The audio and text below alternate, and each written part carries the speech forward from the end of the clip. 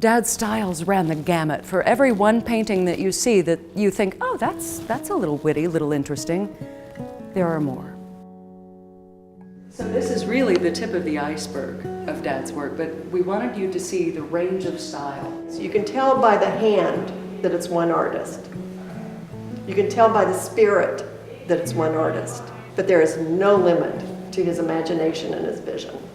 I am astounded at the diversity of the art I see here tonight. He had a wondrous sense of style. Well, I think it's a fantastic landscape piece. I love not only the sense of depth of it, I am really responding to like a lot of these colors, not only being a romantic representation of the place, but also being accurate to it and accurate to the spirit of the place. So this is somewhere in between these two, because this particular painting is a really rich, sort of saturated color experience. This is kind of an incredibly sort of romantic 19th century handling. I can't say it's exactly a synthesis, but it's somewhere in between there, and I think it speaks well to the range of visual experience that your father not only saw but was able to execute. These colors, the rich, glorious colors and the paint laid on thickly, and then this is just, it's just beautiful.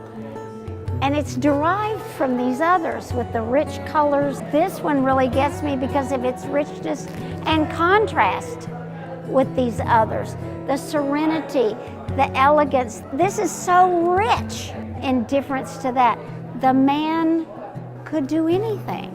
So what I thought was interesting about this painting is that it is obviously Poole working through some of his influences in terms of Cubism, early Picasso I see in there really clearly. One of the things that is interesting to me about Poole is that he used painting to work through some of his ideas about what he wanted to paint and how he wanted to paint it. So he would see something that inspired him, and rather than just kind of go away and think about it, he would actually paint through his thinking process.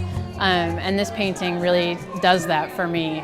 It looks a little bit like Picasso. You can guess as a viewer what he was looking at, but it's also really unique and kind of different, and it's combining those different things. To me, it's a really rich painting visually and intellectually. His self-portrait, which is the most beautiful, merciless self-examination I've ever seen an artist make. It's just hypnotic. It's just amazing. It has no influence other than the artist looking at himself. Every model Gail Poole had, he had a dialogue with, and he allowed the model's personality and their feelings to show in his painting, and they're part of the dialogue. They're not part of the design, they're part of the painting. When the model is angry, he'll let her be angry, he'll let her stare at him. I've never seen that before. You can tell throughout all of his works that it's the same hand, but it's how he approaches the canvas in the different paintings that makes some so superb. Her eyes have that liveliness, that depth in it because of those layers of different colors. And how he could see that and put it on there, I think is incredible. The whole idea of looking at art is so that your eye is captured and then moves around the canvas. And that red of her lips up to that little genius stroke of red on her cheek. Oh, wow. And look how it just keeps your eye in there.